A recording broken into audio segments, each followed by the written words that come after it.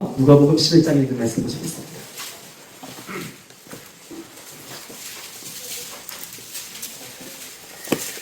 누가복음 11장 우리 5절로 13절까지 있는 말씀입니다.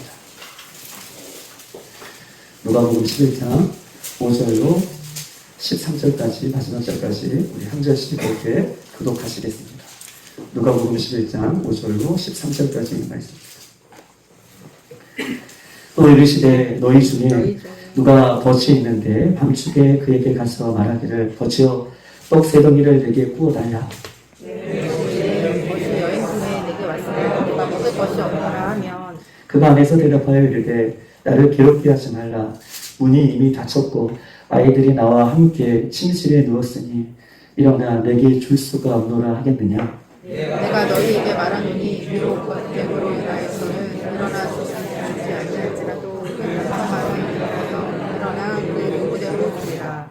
내가 또 너희에게 이르노니 구하라. 그러면 너희에게 주실 것이요. 찾으라. 그러면 찾아낼 것이요. 문을 두드리라. 그러면 너희에게 열릴 것이니.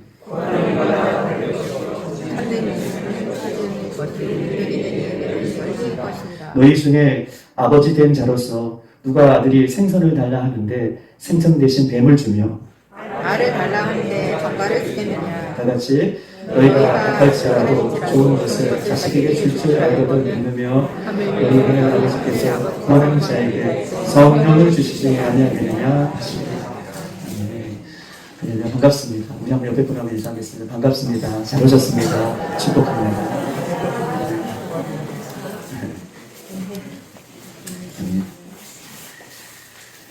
참된 신앙은 무엇입니까? 참된 신앙은 우리 외적인 모습이 변화하는 것이 아니라 참된 신앙은 우리의 외형적인 것이 변화하는 것이 아니라 참된 신앙은 내 속사람이 내 영혼이 주님을 만남으로 변화하는 것. 이것이 참된 신앙이다라고 그렇게 말할 수 있습니다.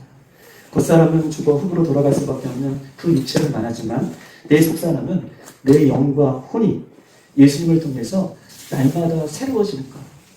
이것이 궁극적인 참된 신앙이고 우리가 예수님을 닮아가기 위하여서 이렇게 매일 하나님 앞에 믿음을 지키는 것을 성경을 이야기하면서 이것이 참된 신앙인 것을 우리에게 말하고 있습니다. 우리가 예수님을 믿는다는 것은 그럼 무엇입니까? 우리가 예수님을 믿는다는 것은 여러 가지로 정리할 수 있지만 예수님을 믿는다는 것은 썩어지고 시들어가고 없어지고 또 영원하지 않는 이 겉사람의 문제를 위해서 살던 사람이 예수를 믿는다는 것은 예수를 믿고 속사람, 영혼의 문제를 위해 사는 사람으로 바뀌는 것. 이것이 예수를 믿는 우리의 궁극적인 목적인 것이죠. 우리의 겉사람은 없어지고 썩어지고 영원하지 않지만 예수를 믿기 전에는 그것에만 온통 우리의 관심이 있었다면 예수를 믿으면 그 썩어지고 없어지는 것에 관심을 두는 인생이 아니라 예수를 믿음으로 내 영혼이 썩지 않고 영원히 사는 존재인 천국과 지옥, 이 영적인 문제로 그것에 눈을 돌리고 그것에 관심을 갖고 그것을 사랑하고 그것을 사모하는 모습으로 바뀌는 것이 예수를 믿는 우리들의 모습인 것을 성경은 이야기하고 있는 것입니다. 요한복음 3장 1절에서 2절의 말씀 한번 찾아보겠습니다. 요한복음 3장 1절에서 2절까지 있는 말씀.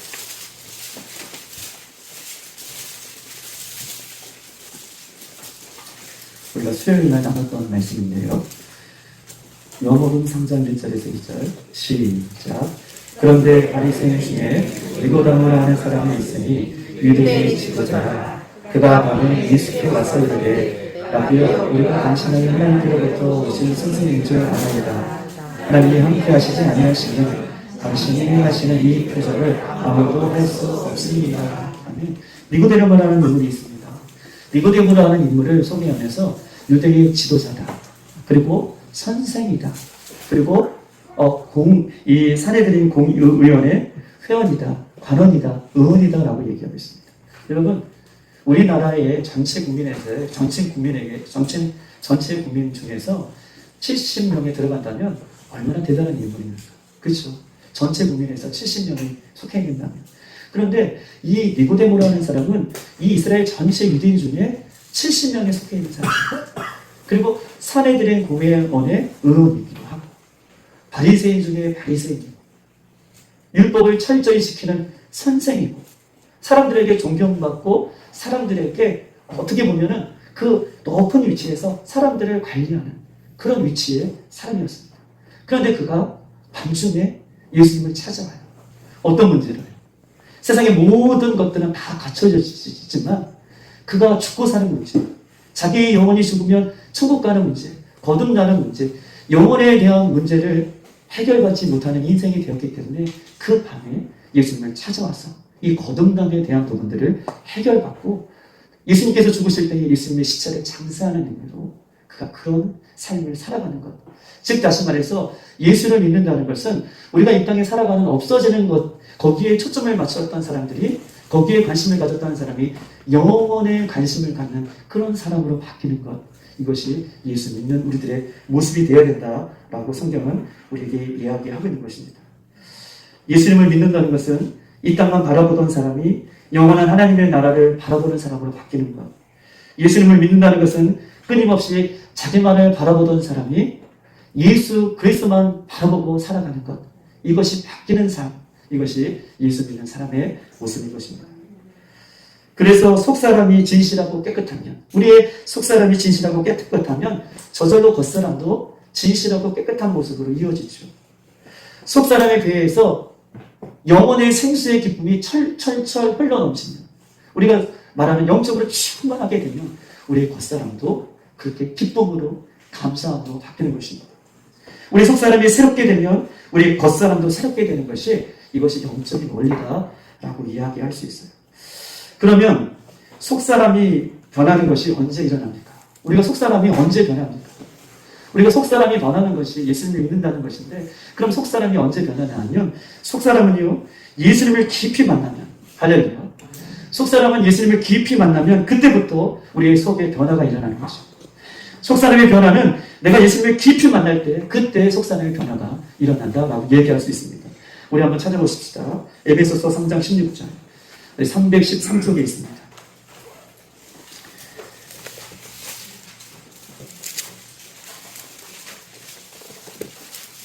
313쪽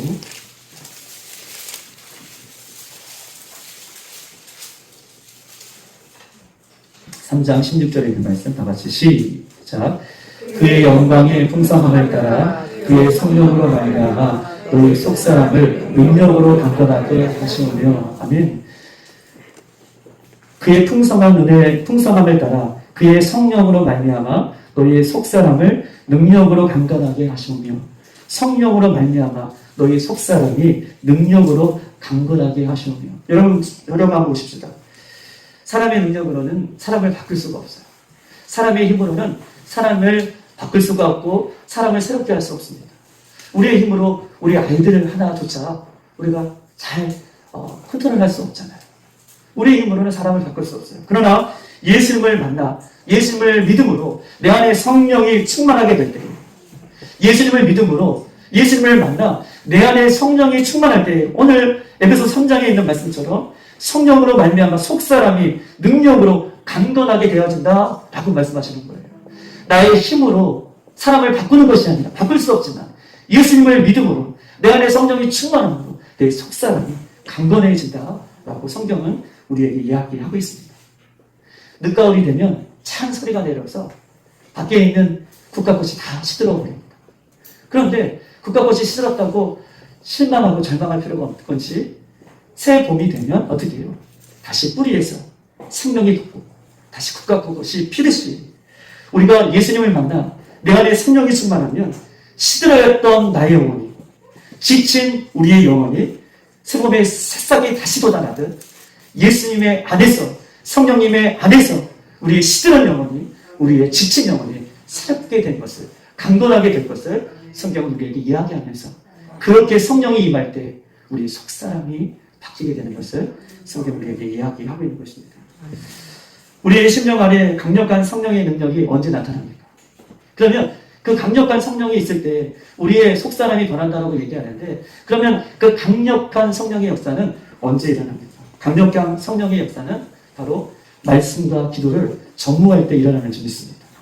말씀과 기도에 우리가 전무할 때 성령의 역사는 일어난다. 여러분, 강력한 폭탄이 있다 하더라도 그 폭탄을 가만히 두면 그 폭탄이 터지지 않습니다. 자신의 인간적인 노력으로 성령의 역사가 일어나지 않죠. 성령의 역사는 하나님의 말씀, 또 우리가 기도할 때 성령의 역사는 말씀 그대로 일어나는 것이 성령의 역사죠. 폭탄이 있다고 폭탄을 가만 놔두면 폭탄이 터지지 않는 것처럼 그 강력한 성령의 역사는 말씀과 기도로 우리가 정면에 나갈 때 하나님께서 부어주시는 은혜를 좀 있습니다. 우리 사도행전 2장 1절에서 2절에 있는 말씀 한번 찾아보겠습니다. 사도행전 2장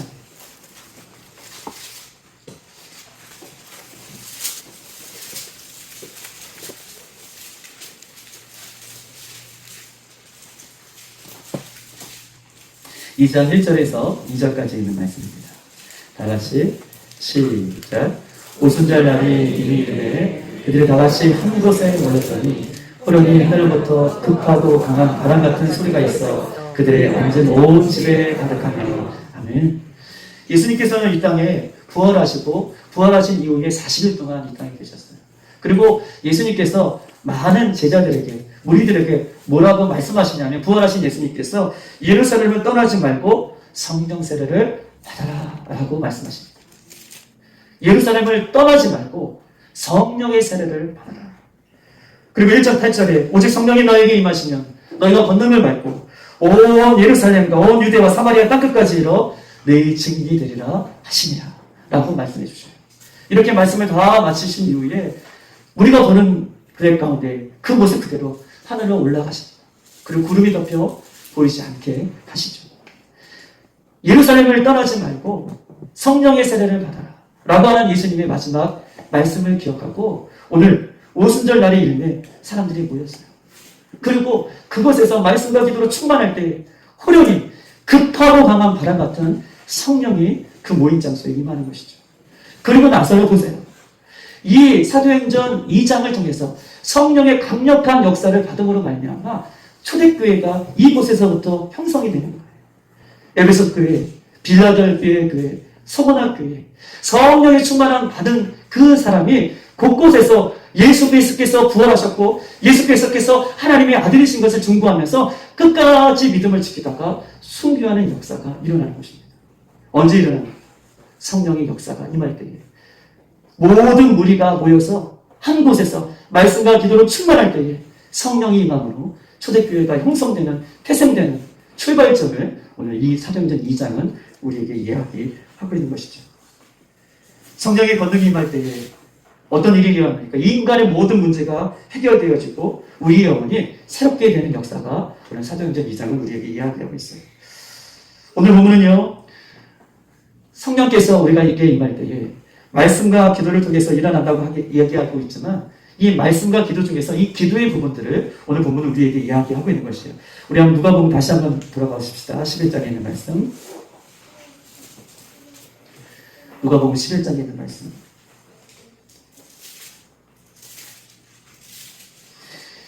성령의 역사는 말씀과 기도를 통해서 이루어지는데 오늘 누가복음 11장에는 이 기도에 대한 부분들을 주님께서 이야기하고 계시는 것입니다. 그러면서 주님께서는 너희들이 이렇게 기도해라 라고 주님의 기도를 말씀해 주고 계시네요. 우리 2절부터 4절까지의 그 말씀이 주님께서 우리들에게 가르쳐 주시는 그 주님의 기도입니다. 이 주님의 기도에 대한 그 부분은 첫째, 아버지의 이름이 거룩히 여김을 받으시도록 올려드리는 기도를 해야 된다라고 가르쳐 주고 계셔요. 기도에 대해서 말씀하시면서 이 기도가 성령의 충만함을 얻는 방법인데 이 기도는 어떻게 해야 되느냐라고 제자들에게 설명하면서 첫 번째, 아버지의 이름이 거룩히 여김을 받으시도록 올려드리는 기도를 해야 된다. 아버지의 이름이 거룩히 여김을 받으시도록 기도가 올려드리는 기도를 해야 된다라고 말씀하고 계셔요. 그리고요, 두 번째로는요, 모든 삶의 현장 속에서 하나님의 나라가 임하도록 기도해야 된다. 우리가 집에 있던, 우리가 회사에 있던, 학교에 있던, 학원에 있던, 어느 곳에 있든지 그곳에 하나님의 나라가 임할 수 있도록 우리가 기도해야 된다. 세 번째는요, 물질과 탐욕, 물질 만능주의 있는 이 세상 속에서 우리가 이 물질의 욕심을 내려놓고 매일같이 우리에게 일용할 양식을 주시는 것에 감사하는 기도를 하나님 앞에 올려드려야 된다라고 얘기하는 거예요. 이스라엘 백성들에게 만나 메추라기를 매일 먹여주셨다는 것처럼 우리에게 매일 먹을 수 있는 일용한 양식을 허락해 주시는 그 하나님 앞에 우리가 감사해야 된다라는 기도 제목을 제자들에게 가르쳐주고 계셔요. 그리고 네 번째로는요, 일반 달란트를 빚진 자. 여러분, 일반 달란트는 어떤 빚입니까? 일반 달란트에 빚을 졌다라고 하는 것은 갚을 길 없는 빚이에요. 예수님께서 그 갚을 길 없는 그 빚을 예수님께서 십자가에 돌아가시면서 우리의 모든 죄의 빚을 탕감해 주셨잖아요. 그 빚된 마음으로 자신의 죄와 다른 사람의 죄와 허물도 용서해 달라고 그렇게 기도를 올려드려야 된다라고 얘기합니다. 자신의 죄와 다른 사람의 죄와 허물도 용서해 달라는 단계까지 우리의 기도가 거기까지 가야 된다라고 말씀해 주고 계세요. 그리고 마지막으로 시험에 들지 않기를 기도해야 된다라고 예수님께서는 예수님의 제자들이 예수님 우리에게도 이 기도문을 알게 해주시고 알려주세요 라고 하는 기도를 요청하는 제자들에게 어떻게 해요? 예수님은 이러한 기도를 그렇게 할 것을 하나님께서는 기도의 모범을 우리에게 알려주고 계십니다. 예수님께서 기도에 대해 알려주시기 전에 보세요 한번. 예수님께서는 이 기도문, 기도의 제목, 이 기도문을 제자들에게 알려주기 전에 많은 사람들 역시 기도하고 있었어요. 그런데 그 기도는 어떤 기도냐면 바리새인적인 기도라고 얘기할 수 있어요. 바리새인적인 기도. 즉 시장 어귀에서 기도하고 사람들이 많이 보이는 곳에서 기도하며 금식할 때 죄를 뒤집어 쓰면서 기도하고 바리새인들의 기도가 많은 사람들이 있는 곳에서 시장 어귀에서 금식할 때에 자신이 금식하고 있다는 것을 보여주는 기도, 외형적이고 형식적인 기도를 율법에 맞춰서 이 모든 사람들이 하고 있었다는 것을 얘기하고 있어요. 그래서 예수님께서는 그런 기도는 하나님께서 응답해 주실 뿐만 아니라 그런 기도는 다른 기도가 아니다라고 얘기하면서 오늘 기도에 대한 이야기를 좀 하고 싶으신 거예요. 여러분, 오늘 본문은요, 세 친구가 나오잖아요. 우리가 이 본문을 읽을 때에 예수님께서는 주님의 기도를 가르쳐 주시고 이 세 친구의 이야기가 섞여져 있어요. 그리고 그 다음에 어떤 내용이 있냐면 문을 두드리라, 열릴 것이다, 찾으라, 찾으면 찾을 것이다. 이런 내용이 이 중간에 끼어 있는 것입니다. 주님의 기도를 가르쳐 주시고 또 세 친구의 이야기가 나오고 두드리라, 열릴 것이다 라는 기도 제목으로 가름하고 있는 것이 오늘 본문 전체의 흐름인 거예요. 즉 다시 말해서 이 세 친구의 비유는 다른 어떤 동떨어진 이야기를 예수님께서 하고 싶은 것이 아니라 기도가 무엇인지에 대한 의미를 더욱더 비유적으로 설명하고 싶은 장면이 오늘 비유의 장면인 것입니다. 오늘 본문 5절을 다 같이 한번 읽어보겠습니다.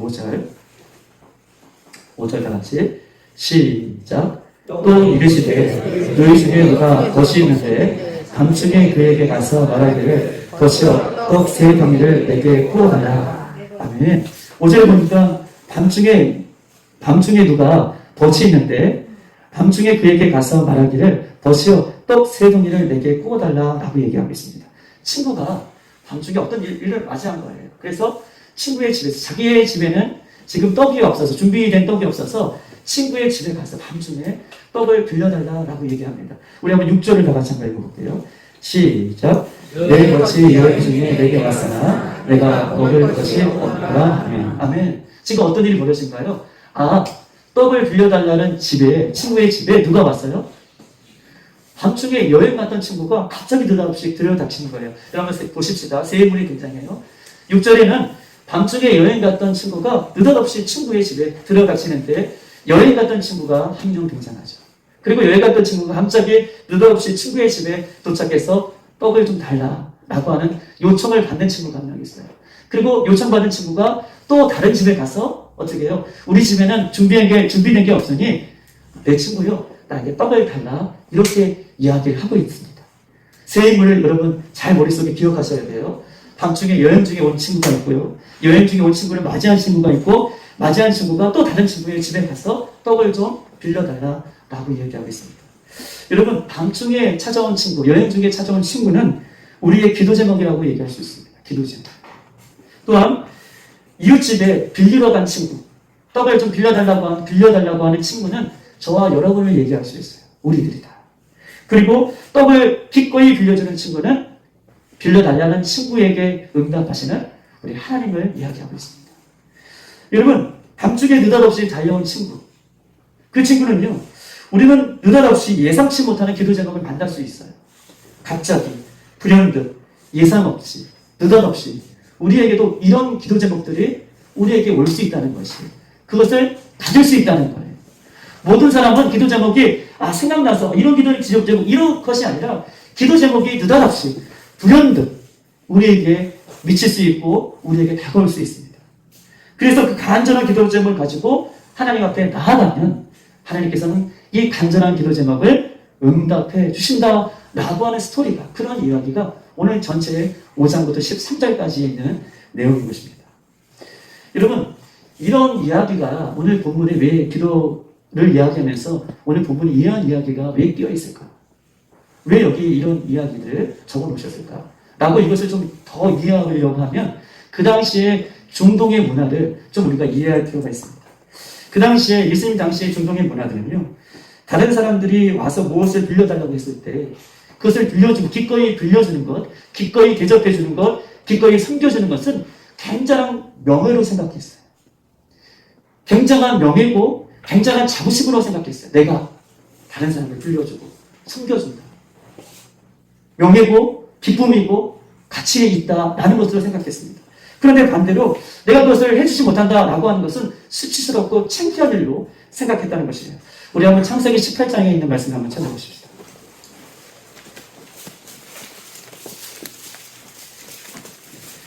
오늘 말씀은 누가복음 11장의 말씀을 정리해 놓고요. 창세기 18장 우리 2절로 5절까지 있는 말씀 한 절씩 한 절씩 이렇게 교독하시겠습니다. 18장, 창세기 18장 2절에서 5절. 제가 한 절 읽고 여러분 한 절씩 읽을게요. 눈을 들어본즉 사람 셋이 맞은편에 서 있는지라 그가 그들을 보자 곧 장막문에서 달려나가 영접하려 몸을 땅에 눕혀 이르되 내 주여 내가 주의 말씀하옵시고 물을 조금 가져오게 하사 당신들의 발을 씻으시고 나무 아래서 씻어서 내가 떡을 가져오니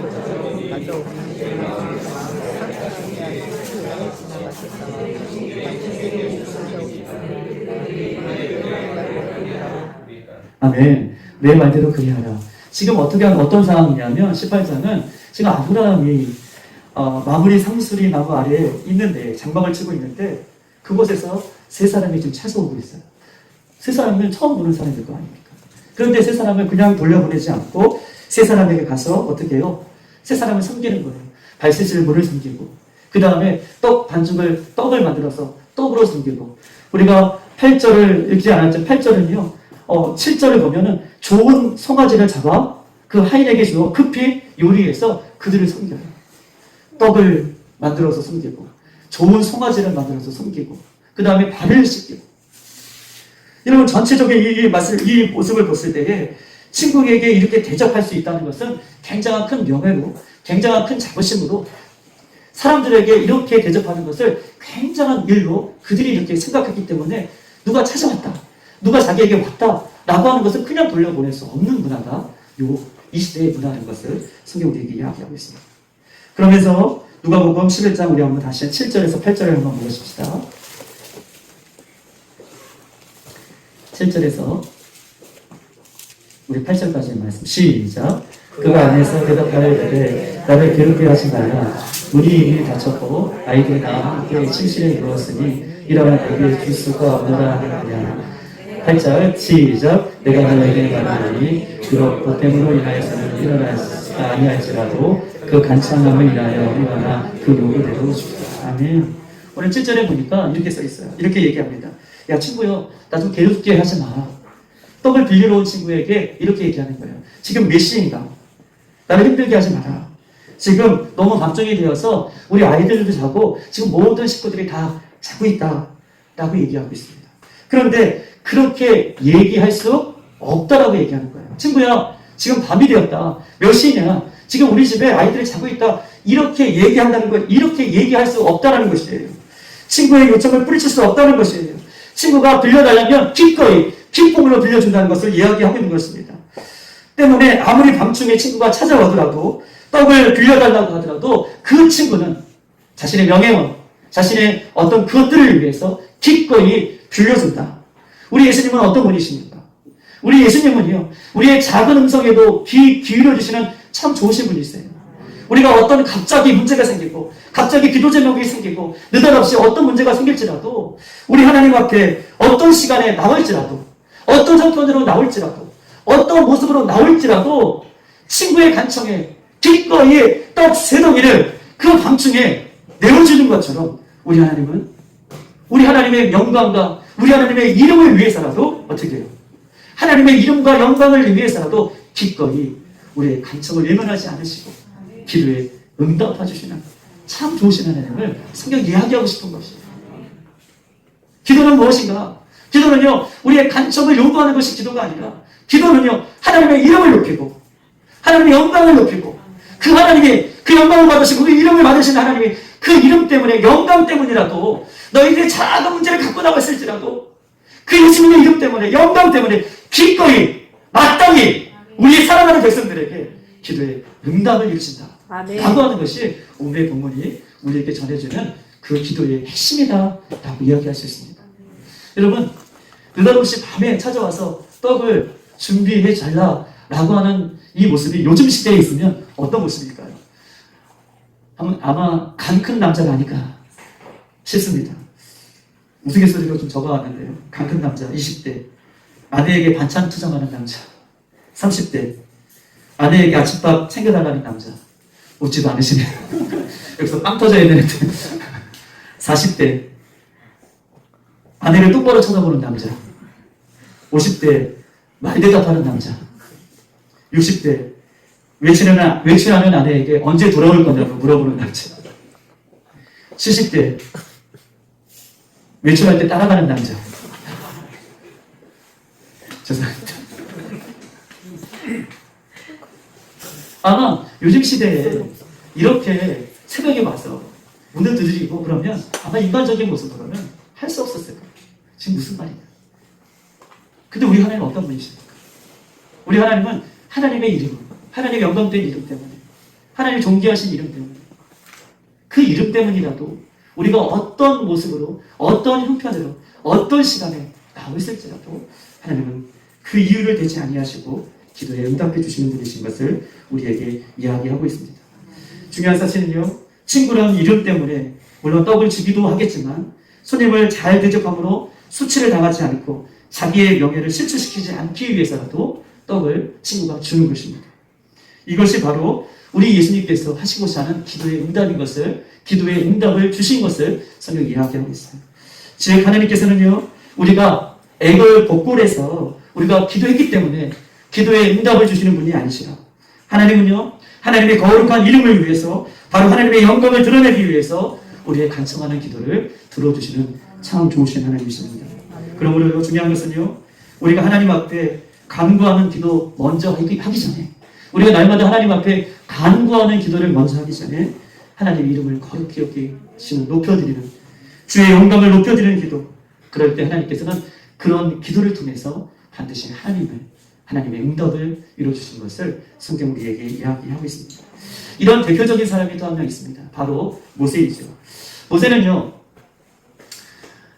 가데스 바냐라는 곳에서 12명의 정탐꾼을 보내요. 금요일에 말씀드렸던 것처럼 12명의 정탐꾼을 보냅니다. 그런데 12명의 정탐꾼이 보낸 그 가데스 바냐라는 곳은요, 저 멀리 보면 가나안 땅이 보이는 지역이에요. 얼마나 마음이 기뻤겠습니까? 이제 돌고 돌아서 이제 눈앞에 보이는 하나님께서 약속하신 그 땅, 가나안 땅이 보이는 것입니다. 근데 가나안 땅이 들어가기 전에 12명의 정탐꾼을 보냈는데 10명이 돌아와서 뭐라고 얘기하냐면, 우리는 그 땅에 들어갈 수 없다. 우리는 그 사람과 함께 싸우면 우리는 이길 수 없다. 우리는 그들 앞에 메뚜기다. 메뚜기 콤플렉스지. 우리는 도저히 이길 수 없다. 그들은 네피림이다. 그 사람은 키가 장대하다. 우리는 상대할 수 없다. 라고 이야기할 때에 10명의 소리를 듣고 백성들이요, 원망하기 시작해요. 하나님을 원망하고, 모세 하나님을 원망하고 불평하고. 하나님께서는 어떤 이스라엘 백성들과 어떻게 하셨습니까? 광야로 이끌어가기까지 홍해를 가르셨어요. 430년 동안 노예의 삶 속에서 이스라엘 백성들을 고센 땅이라는 곳에서 구별하시고 함께하시고 그들을 이끌어내셨습니다. 그리고 광야길에서 만나와 메추라기를 먹이셨죠. 반석에서 물이 터져나오게 하셔서 그들의 목을 축이셨어요. 그리고 하나님께서는요, 불기둥과 구름기둥을 함께 하셨어요. 이제 가나안 땅이라는 문턱 앞에서 이스라엘 백성들이 지금까지 함께 하시고, 지금까지 응답하시고, 지금까지 자신의 삶의 역사에 신 그 예수님을, 그 하나님을 온전히 바라보지 못하고, 이 10명의 정탐꾼의 이야기를 듣고 하나님 앞에 원망하는 거예요. 우리를 이 광야에서 죽게 만들으셨구나. 우리를 이 광야에서 내장지가 없어서 이 광야에서 우리를 매장하는구나. 다시 백투더 그 애굽, 우리가 다시 애굽으로 돌아가고 싶다. 왜 애굽에서 우리를 끄집어냈느냐? 라고 원망하고 불평하는 그들에게 하나님께서는요, 그 모두를 다 멸망시킬 계획을 갖고 계시죠. 그리고 모세를 통해서 새로운 민족을 어떻게 해요? 새롭게 하시려고 하십니다. 우리 한번 구약 218쪽을 한번 읽어보십시다. 민수기 14장입니다.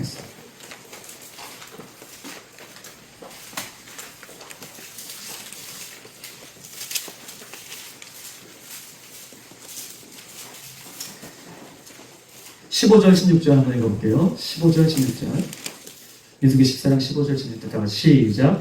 이제 주께서 이 백성을 하나같이 죽이시면 주의 명성을 들을 여러 나라가 말하여 이르기를 여호와가 이 백성에게 주시기로 맹세한 땅에 인도할 능력이 없으므로 광야에서 죽였다 하리이다. 아멘. 지금 모세가 기도하고 있는 하나님 앞에 다 죽이겠다라고, 다 심판하겠다라고 하는 하나님의 말씀에 이 민수기 14장 15절 16절 모세가 하나님 앞에 간절히 기도합니다. 하나님, 주께서 이 백성 하나같이 죽이시면 주의 명성을 들을 여러 나라가 말하기를 하나님의 인도할 능력이 없어서 이 광야에서 죽게 만드는구나. 주의 명성에 어떻게 해요? 누가 된다는 거예요? 주의 명성에 어떻게 해요? 하나님, 많은 사람들이 주의 명성에 하나님께서 이렇게 인도하셨는데 모든 사람을 죽게 만들면 하나님 어떻게 하겠습니까? 하나님의 능력이 없어서 사람들이 이 사람들이 애굽 사람 이스라엘 백성들이 이 광야에서 죽게 되는 것이 아닙니까? 라고 기도해요. 그러면서 17절 이제 구하는 것이죠. 이제 이렇게 해달라고 구합니다. 19절 또 이렇게 구합니다. 그럴 때 20절 다 같이 한번 읽어볼까요? 시작. 여호와께서 이르시되 내가 내 날개로 삼으노라. 아멘.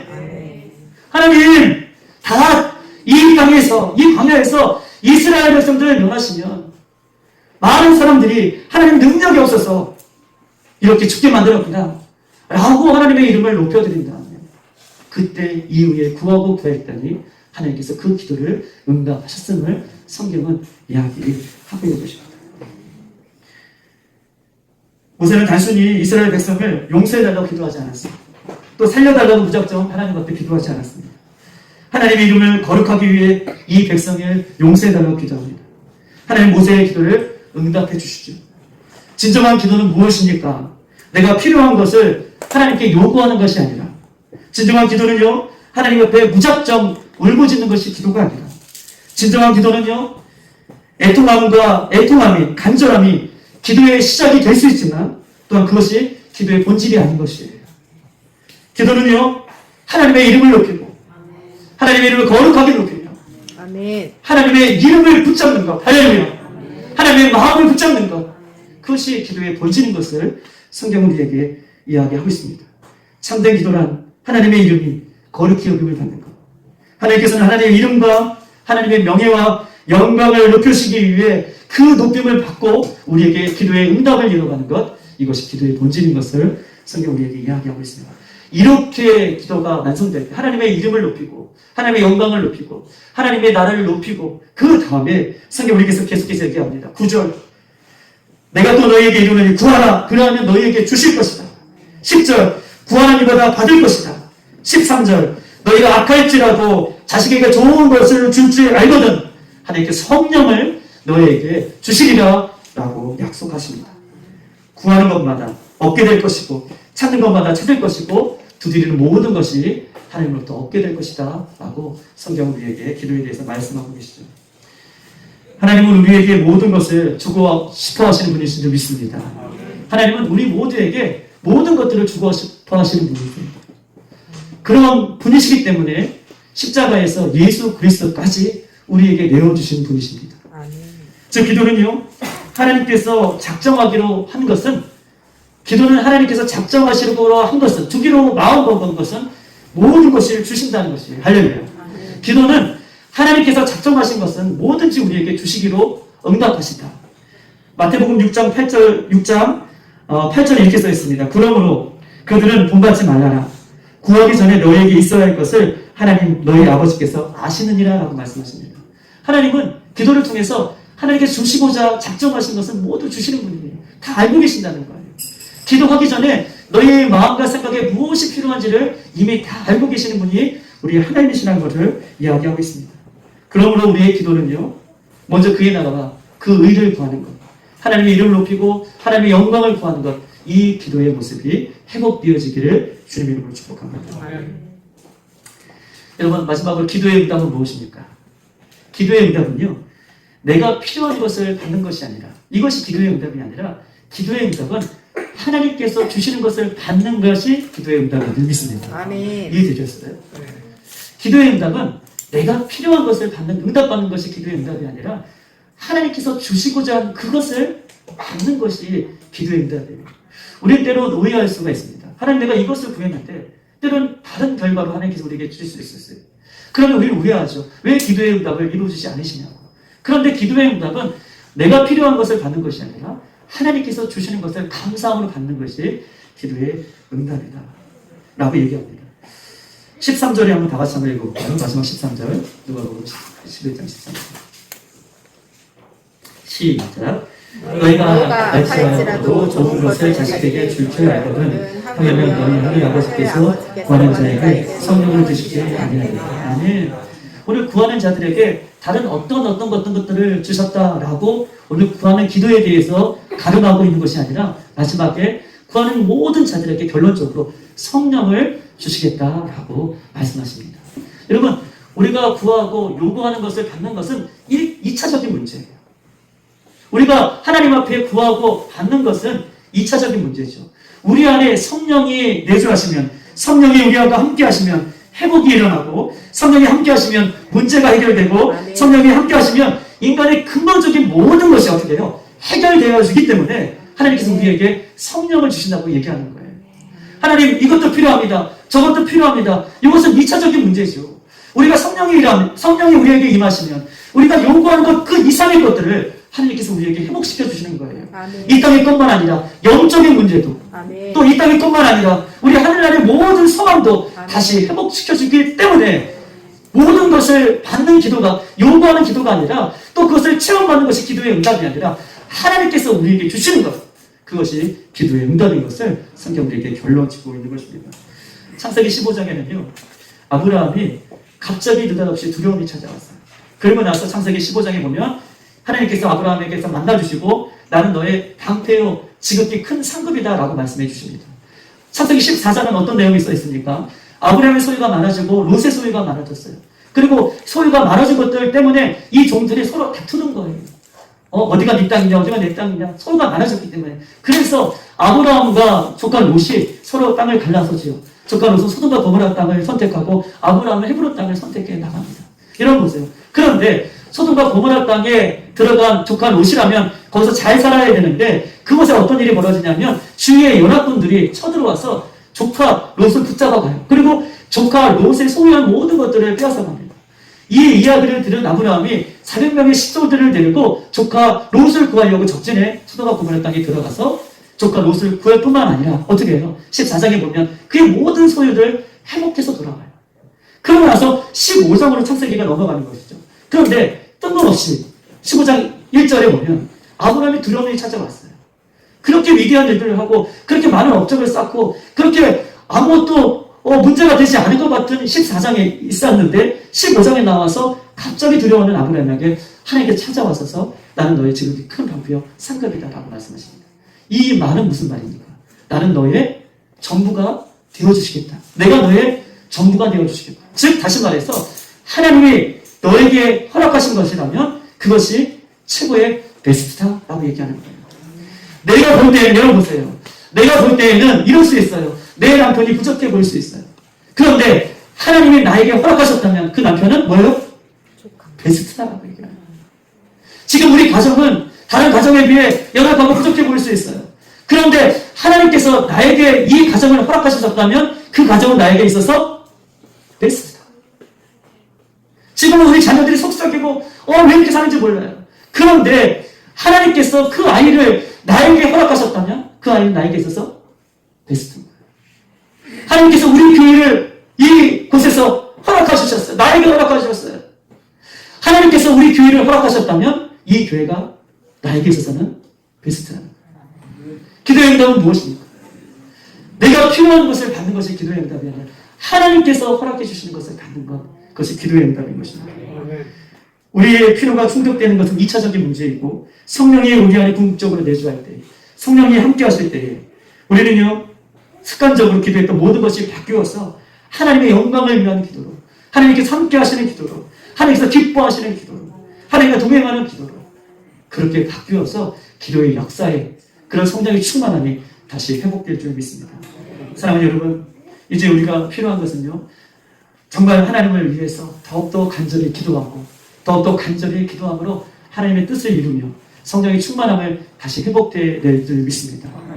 하나님께서는요 그런 모든 분들에게 다시 그렇게 간절히 찾고 있는 우리들에게 기도의 불을 회복시켜서 다시 한번 우리가 하나님을 향해 이 마지막 시대를 살아낼 수 있는 힘과 은혜를 더해주실 줄 믿습니다.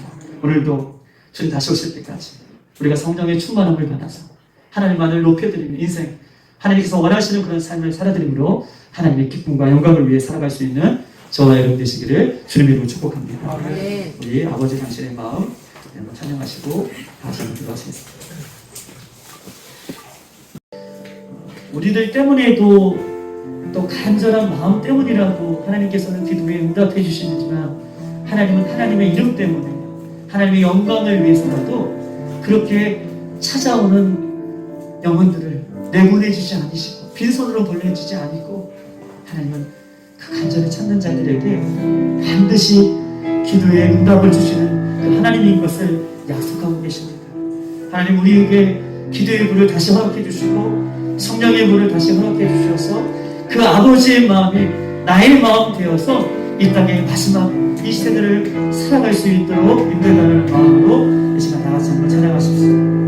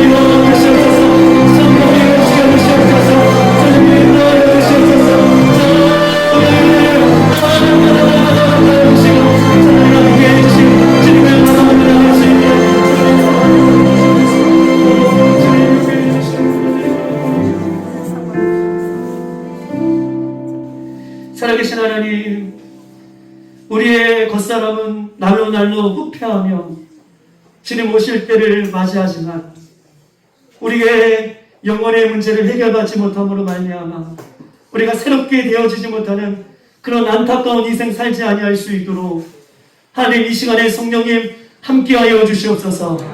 이 시간 우리가 기도할 때마다 그 친구가 친구의 집을 찾아가 요청할 때마다 친구이기 때문에 들어주는 것이 아니라 친구의 영광을 위해서도 들어주시고 우리 하나님은 급하고 어려움 중에 찾아온 그 백성들을 그냥 보내보는 뿐 아니라 반드시 응답해 주시는데 하나님의 이름을 위해서라도 하나님의 영광을 위해서라도 우리의 모든 기도 제목을 응답해 주시는 하나님인 줄 믿습니다. 성령님 이 시간에 우리가 세상적인 것을 응답받기 이전에 성령님 우리 안에 내주하여 주시옵소서. 우리 안에 충만케 하여 주시옵소서. 우리 안에 충만해질 때에 우리의 속사람이 날로 날로 새로워짐으로 말미암아 어떤 문제라도 이기는 인생 되게 하여 주시옵소서. 어떤 막힘이 있더라도 주님 앞에 맡겨드리며 그 문제를 이겨낼 수 있는 영적인 힘을 허락하여 주시옵소서. 모든 것들에 응답해 주시는 하나님과 날마다 동행하는 인생이 되어줄 수 있도록 성령님 인도하여 주시옵소서. 하나님 오늘도 안타깝게 여기는 마음으로 또 주님 앞에 붙잡는 마음으로 또 간절한 마음으로 날마다 주님 앞에 살아갈 때에 주님 사랑하는 성도들을 주의 오른손으로 붙잡아 주시고 주여 그 안에 품어주시고 성령으로 함께하여 주셔서 사랑하는 우리의 사랑 빌라델피아 모든 사랑하는 성도들이 기도의 그 열매를 하나로 남고 주님께서 부르실 때에 기꺼이 신랑 되신 예수님을 맞이하는 그 기쁨의 삶을 살 수 있도록 마음을 이루하시고 하나님 마음의 상처를 붙잡아 주시고 하나님 영광 받아 주시어서 날마다 많은 사람들이 기도하지만 우리 빌라델피아 성도들 기도할 때마다 그 응답을 이루어주신 하나님 앞에 간증하며 영광이 되어지는 삶이 될 수 있도록 주님 한 주간도 축복하여 주시옵소서. 지금은 길과 진리요 생명이신 예수 그리스도의 은혜와 세상을 이처럼 살아가사 독생자를 주신 하나님 아버지의 극진하신 사랑과 성령의 감화 감동하시고 새롭게 하시고 교통하심이 오늘 말씀을 받고 날마다 말씀과 기도로 성령의 충만함을 사모하며 변화된 삶으로 새로운 인생을 살겠다고 다짐하며 결단하며 돌아가는 성도들 머리머리 위에와 교회와 가정과 사업장과 조국 대한민국과 선교사님들과 우리 전쟁 속에 있는 우크라이나와 러시아와 우리 다음 세대의 우리 아이들에게 지금으로부터 영원토록 함께 있을지어다. 아멘. 아멘.